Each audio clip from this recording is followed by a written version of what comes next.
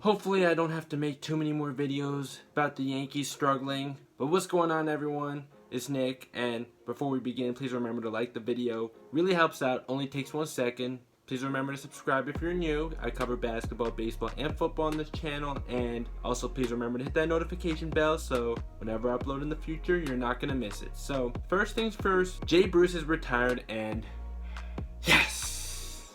Now, did he have a pretty good career? Yes, obviously not a Hall of Fame one, but a 3-time All-Star, 2-time Silver Slugger, and these numbers for his whole career? Not so bad, but for the Yankees, he was horrible, and it's nice to not have him continue to hurt the team. Safe to say that Yankees Twitter bullied him into retiring? And I remember when he first got called up and there was so much buzz around him because he went on an absolute tear for the first couple weeks of his big league career. Now, how the Yankees are going to go about this? I'd say probably they're going to bring up Mike Ford and have him play first base until Luke Voit comes back, and hopefully he can be the overachiever that he was in 2019, but I wouldn't bet on it. Or bring up Derek Dietrich since he's still in the organization, and have DJ LeMahieu go back to second base where he belongs. It's nice to know that DJ LeMahieu is at least versatile enough to play first base, but I'd rather not have him stuck there because we know he's a second baseman, not a first baseman. I'd rather not have him continue to play out of position. So again, Jay Bruce,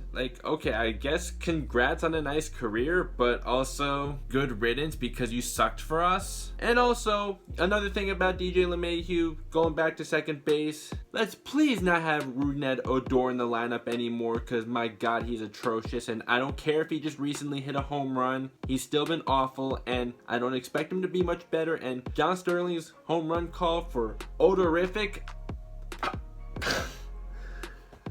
no, more like odor doo-doo. He's terrible. Just one home run does not make him odorific, and even if he was good, come on, that is cringe. But yeah, Garrett Cole yesterday got the Jacob deGrom treatment where he pitched very well but didn't get run support. He didn't get enough run support, I should say, because he left the game down 3-2, but it was 2-2 going into that inning. And Garrett Cole did good enough to the point where he should have gotten the win, but unfortunately the Yankees offense just didn't do enough for him. But speaking of Jacob deGrom, he actually did get his first win of the season after dominating the Rockies and struck out 9 straight, one short of Tom Seaver's 51-year-old record for consecutive strikeouts, 14 for the whole game, which makes it 2 straight games where he struck out 14 batters. Just Jacob deGrom doing what he does best, but this time for once he actually got some help. So, alright, yeah, I'm not going to go on a whole vent like I did last time because I already did that once. I'd rather not do that again. But again,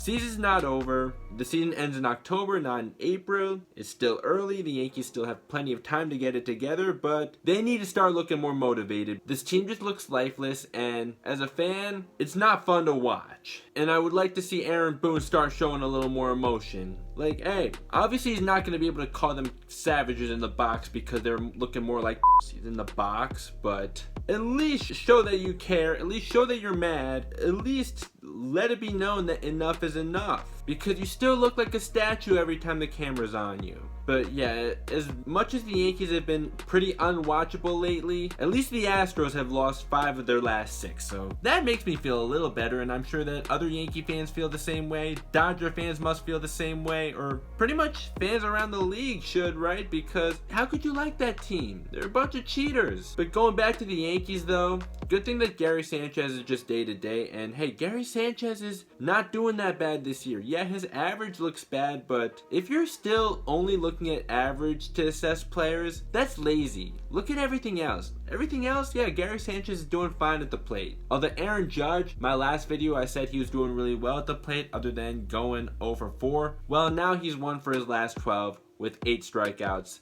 That's not good. While I did not expect him to be a 300 hitter all season long because we know that's not the kind of player Aaron Judge is, still, hopefully this slump does not last too long. And he hasn't really been playing great in the outfield either, so hopefully he can be that Gold Glove caliber player that we all know him to be. In fact, he should have won the Gold Glove in 2019, but at least he won the more prestigious award, the Wilson Defensive Player of the Year for right field. But okay, back to right now though. Yeah, Yankees got to get it together. Got 2 games coming up against the Braves. Those are going to be some tough games, so better start waking up. After that, 4 against the Indians, and I wouldn't say that's a cakewalk, but the Yankees on paper are definitely better than the Indians. And then a series against the Orioles and the Tigers. Yeah, those series should be cakewalks. And then the Astros, finally a chance to get to boo the Astros. I'm looking forward to that, even if it's not a full capacity booing them. So yeah, still not looking good right now, but again, the season ends in October, not April, so let's not act like the season's over. Now, while the Red Sox are off to a really hot start right now, let's not expect this to be sustainable, because JD Martinez and Xander Bogaerts are putting up out of this world numbers, and while I do expect them to continue to play well throughout this season, no, they're not going to continue to put up these kinds of numbers for a whole season. Like, that's just not realistic. And Nathan Eovaldi, yeah, he's pitching lights out right now, but we know that this is an overachievement and he's going to come back down to earth eventually. And other than him, yeah, pitching for the Red Sox is too suspect for me to really think that they're going to continue to look this good for a whole season and perhaps even win the AL East. No, they're still not convincing me that they really are the real deal. Like, yeah, they do have some good hitters, but their pitching is definitely not good enough. And Chris Sale is coming off Tommy John surgery. I'm not sure when exactly he's going to come back, but when he does come back, I'd be really amazed if he does look like the Cy Young candidate that he once was coming back from the injury. Like,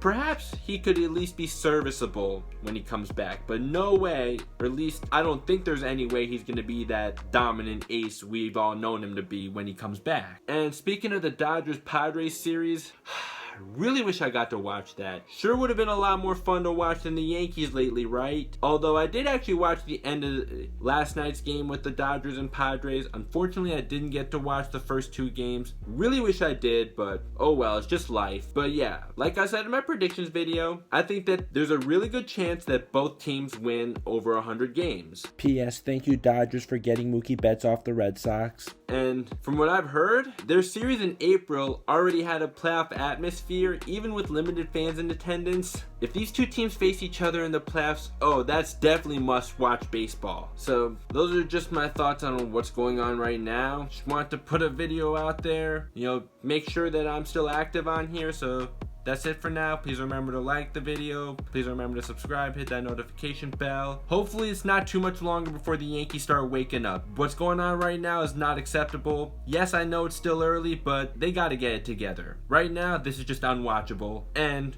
we as fans expect better. Alright, see ya.